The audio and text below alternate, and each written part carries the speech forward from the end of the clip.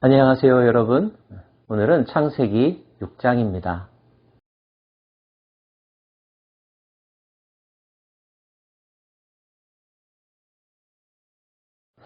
여러분은 이 세상의 미래에 대해서 낙관적으로 생각하십니까? 부정적으로 생각하십니까? 어떤 면은 훨씬 더 편리해질 것이지만 어떤 부분에서는 지금보다 훨씬 더 어려워질 것이라고 예상들 합니다. 특별히 도덕적인 면, 윤리적인 면, 영적인 면에서는 부정적으로 생각하는 사람들이 더 많은데요. 그러한 예상은 전혀 새로운 것이 아닙니다. 사실 인류의 역사가 그 패턴을 보여주고 있기 때문이죠.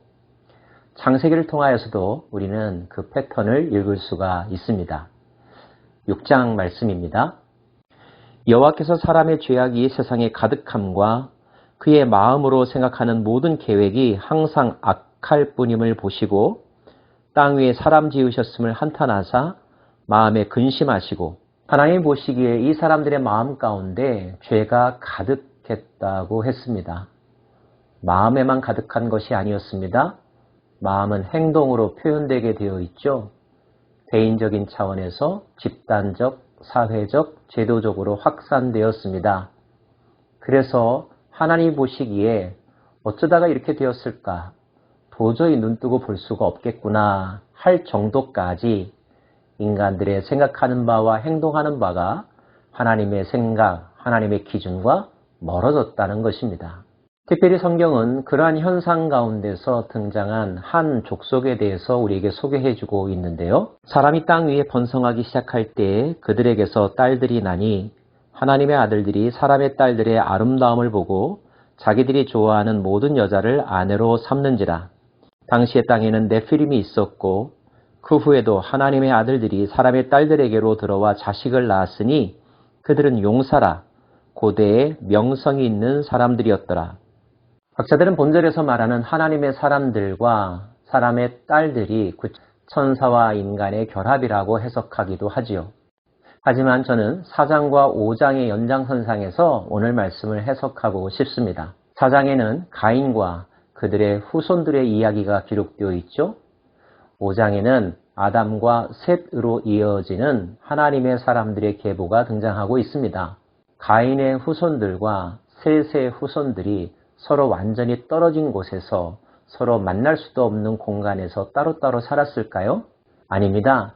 계보가 서로 다르다는 것이지 그들의 활동 영역과 생활 공간이 완전히 구별되었다는 뜻은 아닙니다. 그런데 그런 와중에 하나님의 자녀들이라 일컫는 사람들이 사람의 딸들, 즉 셋의 후예들이 가인의 후예들과 서로 관계를 맺게 되었고 그 가운데서 또 다른 자녀들이 태어나게 되었는데 그 자녀들 가운데 특별히 네피림이라 불리어지는 족속이 나왔다는 것이죠. 특별히 그들은 당대의 용사라고 불리워졌습니다. 힘이 강한 자라고 하는 뜻이죠. 체격도 컸습니다. 싸움도 잘했습니다. 때문에 그들은 당대의 권력과 영향력을 가지고 있었습니다. 문제는 그런 힘과 영향력을 가지고 살아가는 그들의 삶의 모습이 하나님이 계획하고 하나님이 의도했던 것과는 전혀 다른 쪽으로 확산되어 갔다는 거죠. 성경은 그들에 의하여서 움직여지는 세상, 그들을 추종하고 부러워하면서 그와 같이 되기를 원하는 사람들로 점점 더 가득해지는 세상의 모습을 이렇게 표현하고 있습니다. 사람의 죄악이 세상에 가득하였다. 땅에서 모든 혈육 있는 자의 행위가 부패하였다. 모든 혈육 있는 자의 포악함이 땅에 가득하였다. 우리는 창세기 1장 하나님이 천지를 창조하시는 과정을 살펴보면서 하나님께서 보시기에 좋았더라, 아름다웠더라 라고 하는 표현이 반복되는 것을 함께 살펴보았습니다. 하나님의 의도대로 하나님이 바라던 대로 세상이 만들어졌고 그렇게 운영되어졌다는 거죠. 하지만 오늘의 모습은 그와 정반대의 현실을 나타내주고 있습니다.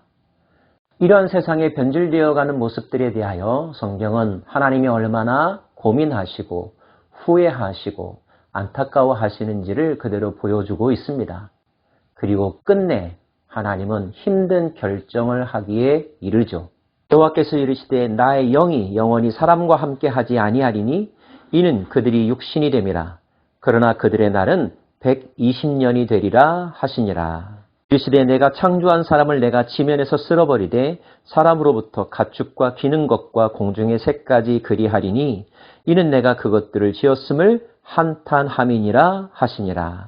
모든 혈육 있는 자의 포악함이 땅에 가득함으로 그 끝날이 내 앞에 이르렀으니 내가 그들을 땅과 함께 멸하리라. 17절 내가 홍수를 땅에 일으켜 무릇 생명의 기운이 있는 모든 육체를 천하에서 멸절하리니 땅에 있는 것들이 다 죽으리라. 어떤 사람들은 이런 하나님의 모습을 보면서 하나님이 어찌 이렇게 난폭할 수 있느냐까지 질문하기도 하죠. 하지만 여러분, 이런 결정을 하기 전까지의 상황, 그 상황을 표현하는 말에 우리는 먼저 주목해야 합니다. 죄가 포악함이 땅에 가득하였다라는 표현 말입니다. 혹시 자기가 만든 도자기를 직접 깨트려 버리는 도공에 대해서 자기가 그린 그림을 다 찢어버리고 새롭게 시작하는 화가의 마음을 헤아리실 수 있습니까?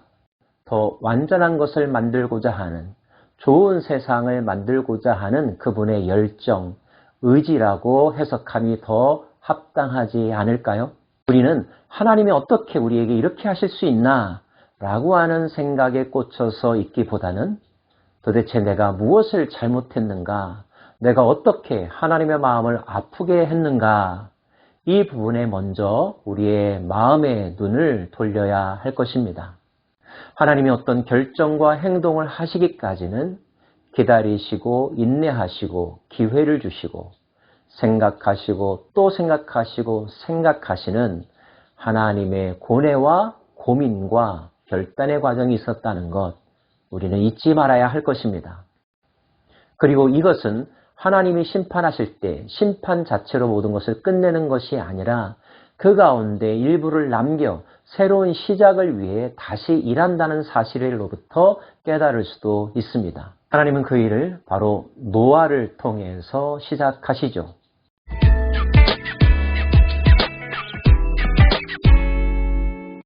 노아는 어떤 사람이었을까요? 노아는 의인이요 당대의 완전한 자라. 그는 하나님과 동행하였으며 세 아들을 낳았으니 셈과 함과 야벳이라. 의인이라는 표현이 나옵니다. 하나님과 동행하였다는 표현이 나옵니다. 하나님과 동행한 사람은 비단 에녹만이 아니었습니다. 노아 역시 하나님과 같은 방향을 걸어갔고 하나님과 보조를 맞추려고 노력하는 삶을 살았습니다. 의인이라고 하는 말은 그가 완전 무결하다는 뜻보다는 하나님과 올바른 관계를 맺고 살았다라는 의미로 해석해야 합니다. 노아는 실로 하나님의 마음에 합한 자였고 하나님이 보시기에 아름다운 자였고 하나님의 친구와 같은 인생의 주인공이었습니다.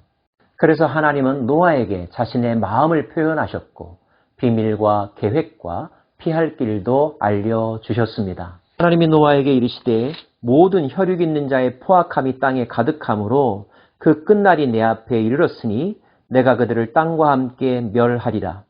너는 고페르 나무로 너를 위하여 방주를 만들되 그 안에 칸들을 막고 역청을 그 안팎에 칠하라. 내가 홍수를 땅에 일으켜 무릇 생명의 기운이 있는 모든 육체를 천하에서 멸절하리니 땅에 있는 것들이 다 죽으리라. 그러나 너와는 내가 내 언약을 세우리니 너는 내 아들들과 내 아내와 내 며느리들과 함께 그 방주로 들어가고 혈육 있는 모든 생물을 너는 각기 암수 한 쌍쌍 방주로 이끌어들여 그 생명을 보존하게 하라. 너는 먹을 모든 양식을 내게로 가져다가 저축하라. 이것이 너와 그들의 먹을 것이 되리라. 하나님은 홍수 심판의 계획을 말씀하셨고 그 날을 대비하여 노아에게 준비하라고 말씀하셨습니다. 창세기에 나오는 계시록이라고 말할 수 있겠죠. 우리는 여기서 한 가지 중요한 하나님의 속성을 발견하게 됩니다. 하나님은 어쩔 수 없어서 심판하시지만 그 심판을 누군가에게는 말씀하여 준다는 사실, 그로 하여금 준비할 수 있도록 기회를 주신다는 사실. 그 비밀을 듣는 자, 복 있는 사람이겠죠. 그러나 듣는 것만 해서 그치는 것이 아니라 그 말씀을 지키는 자가 더 큰 복이 있는 것 아닐까요? 노아는 어떠한 사람이었습니까? 아무도 귀 기울이지 않았고 관심 두지 않는 상황 속에서도 노아는 하나님에게 귀를 기울였고 청종하고 순종하고 실행에 옮겼습니다. 결국 우리가 잘 아는 바대로 하나님의 심판이 임했고 그 심판 속에서도 노아와 그의 가족은 살아남게 되었죠. 그래서 노아가 지었던 방주는 구원을 상징하며 노아와 그의 가족들은 하나님의 심판날에 살아남을 하나님의 백성들을 예표하기도 합니다. 노아 시대의 시간표를 우리 시대에 적용한다면 우리는 지금 어디쯤에 와 있을까요? 하나님이 보시기에 이 세상에 퍼져 있는 죄악들은 아직 참을만 하신가요? 아니면 하나님도 도저히 참을 수 없을 만큼 부패하고 또 부패했을까요? 하나님의 아들들이지만 사람들의 딸들과 함께 살아가는 이 세상에서 우리는 어떤 생각을 하며 어떤 결정과 행동을 하면서 살아가야 할까요? 오늘 하나님이 주시는 지혜에 귀 기울이는 우리 모두가 되기를 바랍니다. 기도하겠습니다. 오 하나님, 보시기에 심히 좋았던 이 세상이 보시기에 심히 부패하고 죄가 가득한 세상으로 변해버렸습니다. 그 속에서 우리는 어떤 인생을 살아가고 있는지요? 우리는 하나님으로부터 하나님과 동행하는 자라는 칭찬을 받을 수 있을런지요? 하나님의 계획과 비밀을 들을 수 있는 은혜의 사람이 분명한지요? 그리고 하나님이 가지고 계신 그 계획에 순종하며 준비하는 자의 삶을 살아갈 수 있을런지요? 우리를 불쌍히 여겨 주옵소서. 예수님 이름으로 기도합니다. 아멘.